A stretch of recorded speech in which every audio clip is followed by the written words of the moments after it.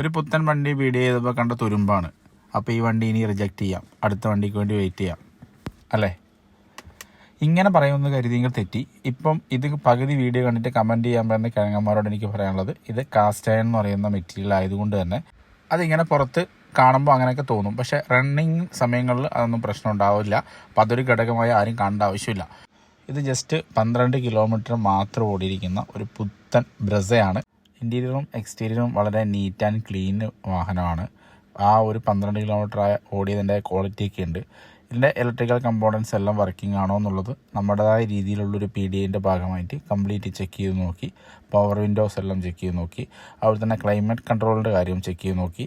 അതോടൊപ്പം തന്നെ നമ്മുടെ ടയർ മാനുഫാക്ചറിങ് ഏതാണെന്ന് നോക്കി. റീസെൻറ്റ് മാനുഫാക്ചറാണ്. Head lamp, tail lamp, hazard light, indicators, reverse light തുടങ്ങിയ ലൈറ്റുകളെല്ലാം പ്രവർത്തനക്ഷമമല്ലേ എന്നുള്ളത് നോക്കി. അതൊക്കെ ഓക്കെയാണ്. അപ്പോൾ ഇത്രയും കാര്യങ്ങൾ നോക്കുന്നതിൽ ചില കാര്യങ്ങളാണ് ഞാൻ നിങ്ങളോട് പറഞ്ഞിരിക്കുന്നത്. അതിലല്ലാതെ നമ്മൾ റീപ്ലേസ്മെൻറ്റോ ആക്സിഡൻറ്റോ എന്തെങ്കിലും തരത്തിലുള്ള സ്ക്രാച്ചസോ കാര്യങ്ങളോ ഉണ്ടോ എന്നൊക്കെ വെരിഫൈ ചെയ്യും. മാനുഫാക്ചറിങ് മന്ത് വെരിഫൈ ചെയ്യും.